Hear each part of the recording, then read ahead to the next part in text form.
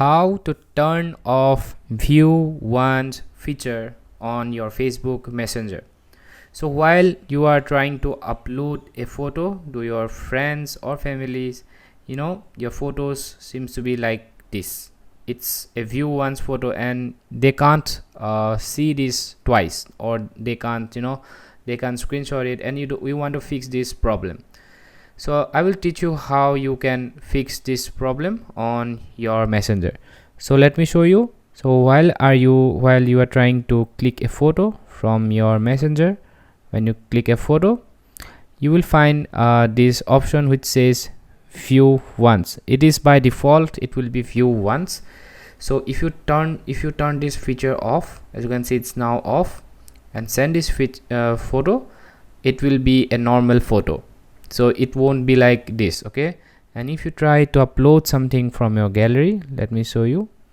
If you try to edit this photo, so for example, if you thought of writing something and if you try to send this, it will be by default view once. So it might be view once, okay? So if it is like this, if it says view once, then you just need to simply turn this off and send this photo. So in this way, your photo will be a normal photo, and your friends and families will be able to watch this again and again. So if you don't enable this feature, let me show you what I mean.